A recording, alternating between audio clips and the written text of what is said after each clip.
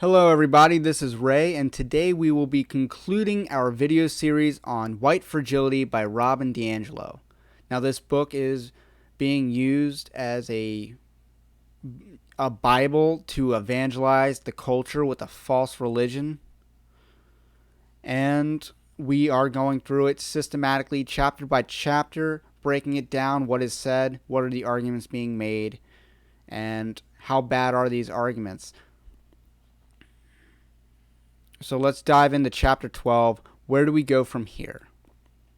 The chapter begins with Robin DiAngelo describing an experience she had hiring a black woman to do some web development for her, and apparently they have falling out because it's racist for a white person to not be completely satisfied with the work of a black person. However, apparently Robin DiAngelo demonstrated some racialness or racism with comments about the black woman that she hired's hair. And that is a microaggression that must be resolved.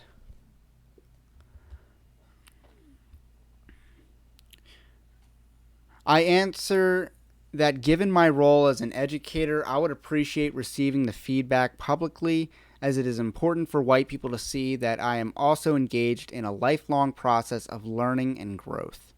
Now, I call this sanctification, and I just want to point out that this language here sounds like that she's in a cult.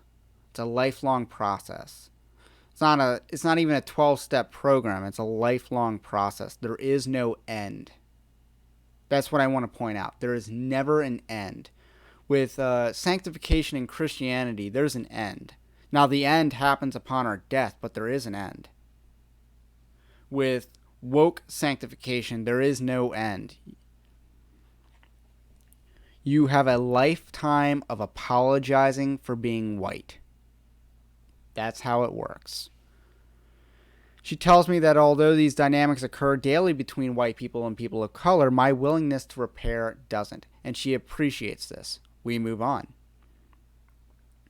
But how can you move on?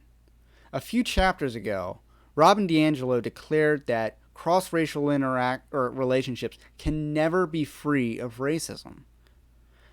She believes that black people should perpetuate victimhood. And if you never let go of victimhood, you can't really move on. Then she goes on to say, racial paradigm, that is a new word for us. Even in the final chapter, she's still introducing some new vocabulary. Here she is bragging about how much better she has become as a person, because the previous her, before she accepted her role as a diversity trainer, before her salvation experience, if you will, she would never have interacted constructively like that.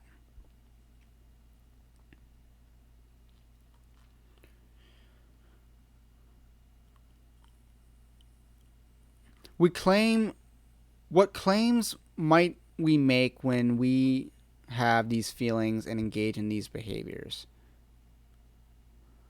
Notice none of the following claims characterize us as falsely accused or beyond the discussion. So, there is no being falsely accused of racism in her mind.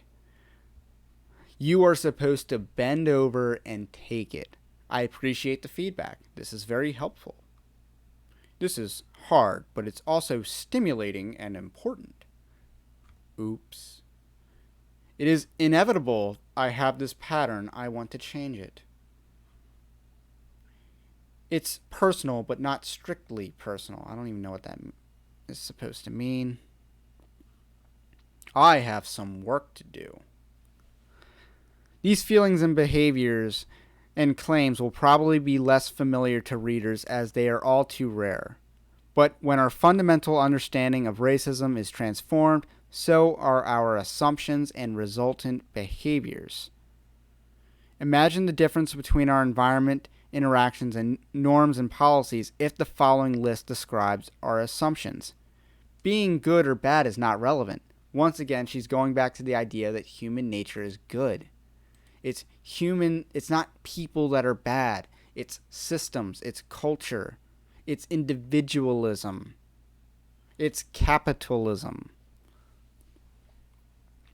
Racism is, then she goes on to redefine racism once again. Racism cannot be avoided. So if racism cannot be avoided, what is the point of this book? What is the point of trying to be less racist if racism can't be avoided?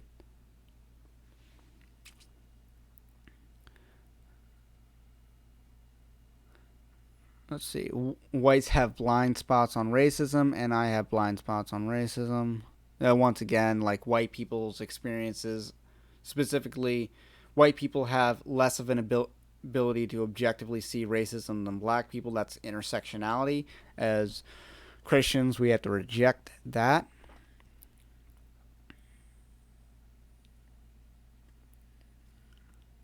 The antidote to guilt is action. So this is one of the assumptions she believes that we must have. So, this is salvation she's talking about. You have guilt, now you must save yourself. How do you save yourself? By being woke. By engaging in her diversity training. By becoming a diversity trainer yourself. I would also like to point out that guilt can be manipulative. I pointed this out on a previous section, but it's worth repeating that she is trying to guilt people into action. And there's something wrong with that.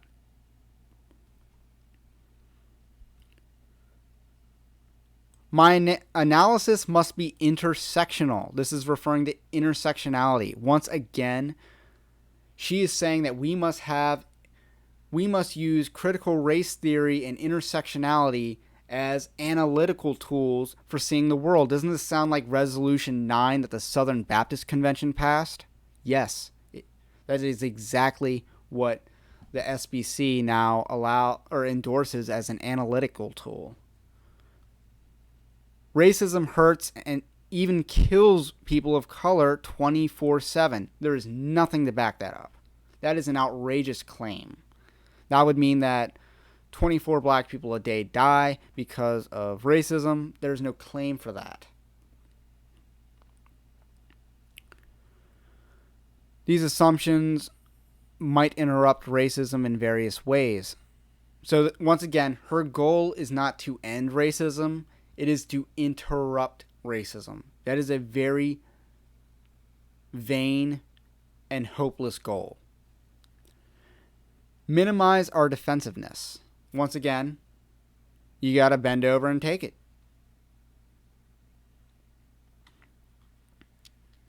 Ensure action. Stretch our worldview. Interrupt. So interrupt privilege, protecting comfort. Interrupt internalize superiority. What if you don't have that? You're supposed to interrupt it for other people, I guess.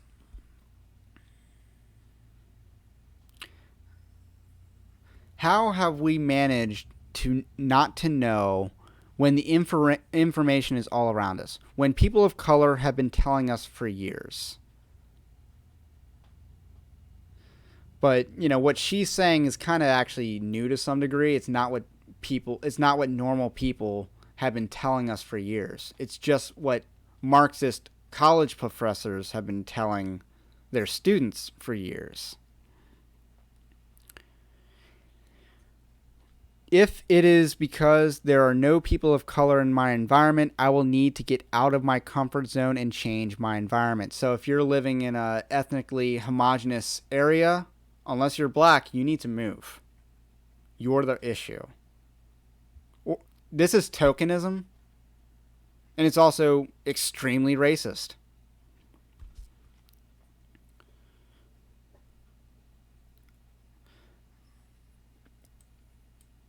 I believe that if white people were truly coming from these assumptions, not only would our interpersonal relationships change, but so would our institutions.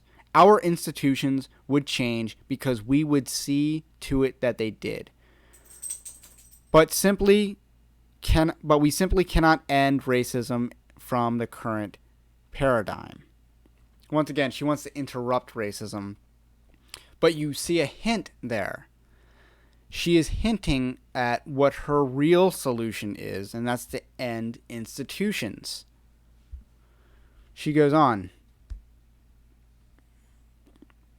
My final advice I offer is this. Take the initiative and find out what your own to break with the conditioning of whiteness and the conditioning that makes us apathetic about racism and prevents us from developing the skills we need to interrupt it. So she's talking about, if you're white, you need to be less white.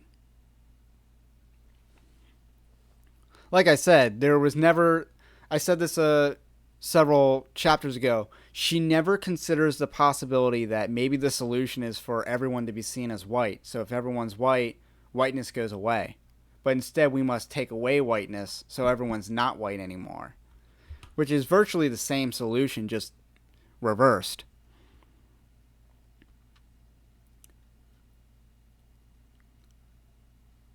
When I met Angela, I owned my racism. This was a penance that she paid. The language or the themes of this chapter are getting increasingly religious. This whole book is really climaxing here, where she is closing the sales. She is closing her evangelism. Recognizing that I, as a white person, as well as my white friends who helped me process my feelings, would most likely not understand all the dynamics. So this is, again, intersectionality at play. If you're white, you cannot understand certain things. You need a person of color to understand certain issues because your lenses are insufficient. Okay, going forward. In Chapter 4, I warned readers not to depend on people of color for our racial education and explained why this dependency is problematic. Readers may have felt left wondering how we would get this information if we don't ask people of color to give it to us.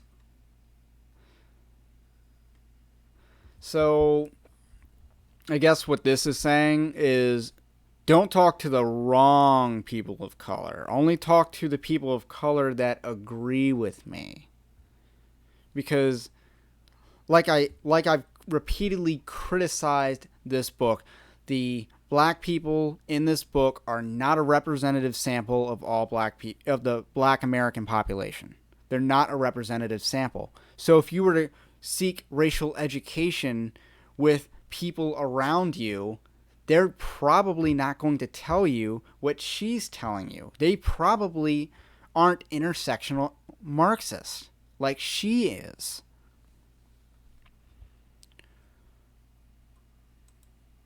And that's why she's saying this. You have to seek it. You have to seek the approved information, because if you just try to get an actual sample that's representative of the population to learn about race from, you're going to find a lot different opinions than what Robin DiAngelo is saying. And yet a few moments ago, she said that if we don't have black people or Asian people around us, we need to move. But apparently, that's not what she's saying in this section here. Once again, Robin DiAngelo is a fraud.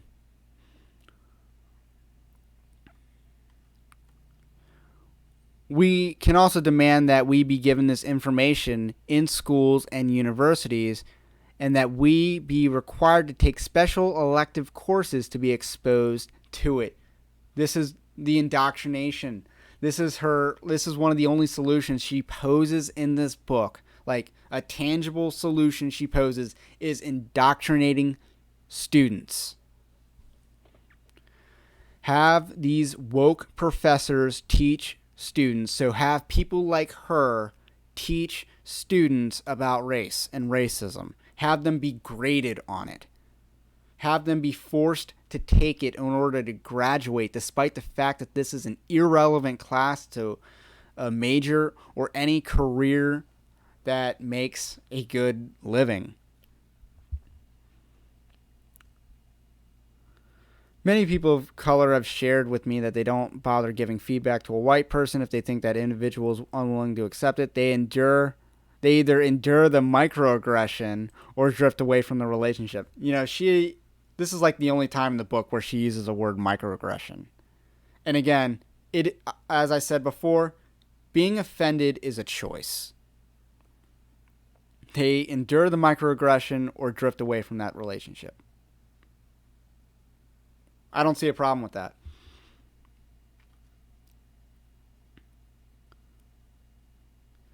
We can challenge our own racial reality by acknowledging ourselves as racial beings with a particular and limited perspective on race. This is that intersectionality once more.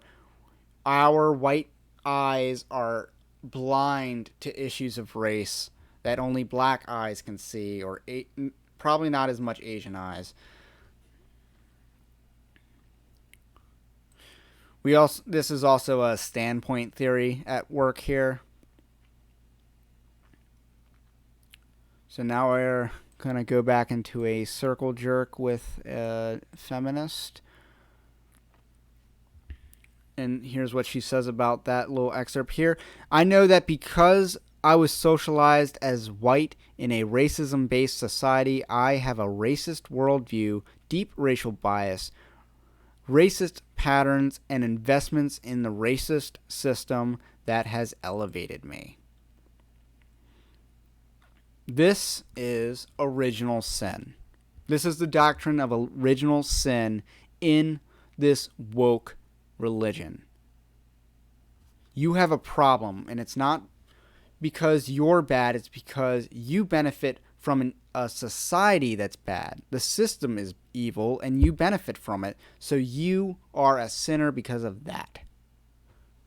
You need to be saved because you benefit from an evil system. That is the view of sin in the social justice gospel. Still, I don't feel guilty about racism. I didn't choose this socialization, and it cannot be avoided. Once again, saying that human nature is good here, but I am responsible for my role in it. But she rejects individualism. She doesn't believe in individualism. How can she believe in personal responsibility if she rejects individualism? She says that white people need to see themselves as collectives. But then she says, I am responsible for my role in it? That doesn't make sense to me. That's an inconsistent argument. She has already rejected individualism. She cannot invoke personal responsibility. But clear conscience is not achieved by complacency or a sense that I have arrived. Salvation, this is what she's talking about here. Your salvation is not achieved by complacency. It's achieved by works. Or you're not supposed to feel safe in your salvation either, because you must always be working towards it. This is a language about salvation here. Clear conscience, justification, as we would call that, is not achieved by complacency. You must work for it. You must be woke. You must be a social justice warrior. In the sense that she has arrived is referring to what she wrote very early on about white progressives, which she redefines. Unlike heavy feelings of guilt, the continuous work of identifying my internalized superiority and how it may be manifesting itself is incredibly liberating. When I start from the premise that, of course, I have been thoroughly socialized into a racist culture in which I was born, I no longer need to expend energy denying that fact. I'm excited to identify my inevitable collusion so that I can figure out how to stop colluding. Denial and the defensiveness that is needed to maintain it is exhausting. So this is her saying that this woke salvation is liberating. So she thinks that's liberating. I think the work that she needs to put in to maintain her salvation is far more exhaustive. And it's hopeless because she can never be free of racism, as she said a few moments ago. The white positive identity. Oh, this is a nice section here. However, a positive white identity is an impossible goal. White identity is inherently racist. White people do not exist outside the system of white supremacy. This does not mean that we should stop identifying as white or start claiming to only be Italian and Irish. To do so is to deny the reality of racism in the here and now, and this denial would simply be colorblind racism. Rather, I strive to be less white. To be less white is to be less racially oppressive. So if you're white, you're an oppressor. And you need to be less white. You cannot develop a positive white self-image because that would make you a greater oppressor. Because after all, white people cannot exist outside of systemic racism. That is what she's saying here. Having white skin is a social construct. And only white people can be the oppressors. Once again, this is an incredibly Marxist worldview of the oppressor and the victim, and it must be rejected. To be less white is to break with white silence and white solidarity, to stop privileging the comfort of white people over the pain of racism for people of color, to move past guilt and into action. There she goes, spurring action. Does she ever say what that action is other than interrupting racism? We'll get there. These less oppressive patterns are active, not passive. Ultimately, I strive for a less white identity for my own liberation and sense of justice, not to save people of color. So being the white savior is bad. Again, in order to, this is actually reminiscent of what Jesus said about denying yourself. But instead, only white people deny themselves because being white is part of original sin. People of color, they don't deny themselves at all. You're already good. You're already in the victim class.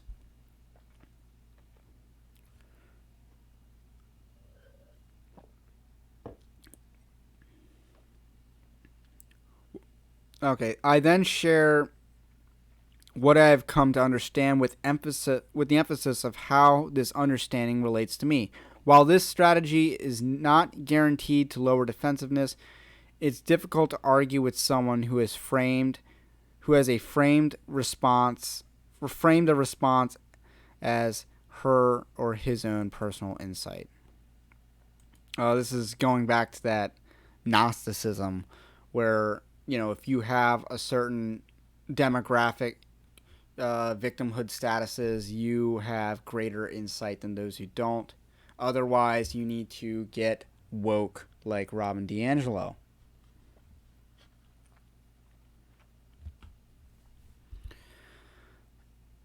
Ultimately, I let go of changing the other person. So this is if someone rejects her proselytizing. If someone gains insight from what I share, that is wonderful. But the objective that guides me is my own need to break with white solidarity, even when it's uncomfortable, which it always is. Now, in Christianity, we don't do missionary work to maintain our salvation. We do missionary work because we know other people need salvation. What she is doing, missionary work, is a work to maintain her salvation. Evangelism is part of salvation. It is a works-based salvation in the social justice gospel. In the end, my actions are driven by my own need for integrity, not a need to correct or change someone else. So now we're going into a new section here. It's to choose. Okay, it is white people's responsibility to be less fragile. That's a pretty good summation of the entire book there. But yeah, I noted that this was individualism, but I guess it's kind of a collective responsibility.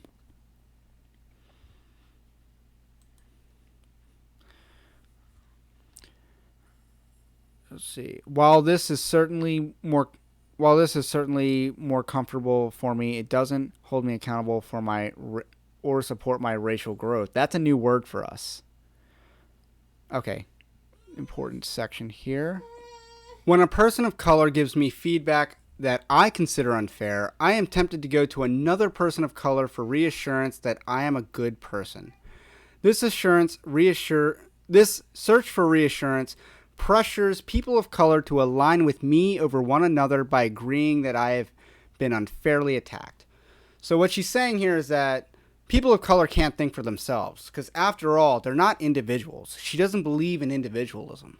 She believes in identity politics. And if you're white, you should never assume that you're falsely accused of racism, because that would be, that would show that you lack racial stamina. You're white, you're guilty. Those are the rules. Oh, white wrath. There's a new word for us. In conclusion, the default of the current system is the reproduction of racial inequality. Our institutions were designed to reproduce racial inequality, and they do so with efficiency. So she's stating the problem here. And this is also a very Marxist worldview. She is seeing, people aren't bad, systems are bad, and the system is racist. So therefore it's evil. Interrupting racism takes courage and intentionality. The interruption is, by definition, not passive or complacent. So once again, there is a call to action here. There's a call to action. But she's not really telling us what that action is. She just uses a vague term like interrupt racism. Interrupting racism is her goal. That is her stated goal in this book. And she's unwilling to say what her actual goal is. So the answer to the question is, where do we go from here? I offer that we must never consider ourselves finished with our learning. Even if challenging all the racism and superiority we have internalized was quick and easy to do, our racism would be reinforced all over again just by virtue of living in the culture. Wow. So, you can never really be saved until the culture's gone, really. There is no hope here unless you just change the culture. So what is she really hinting at here? She's not being honest with the reader. She's really hinting at a Marxist revolution here. And that I'm going to say it if she won't. Because Robin DiAngelo is a coward. A few chapters ago, I highlighted how she was a fraud. Now I'm saying she's a coward. She's unwilling to say what she believes. She's unwilling to say what she's really calling for, and that is a Marxist revolution. A revolution that will upset the culture and tear down the institutions.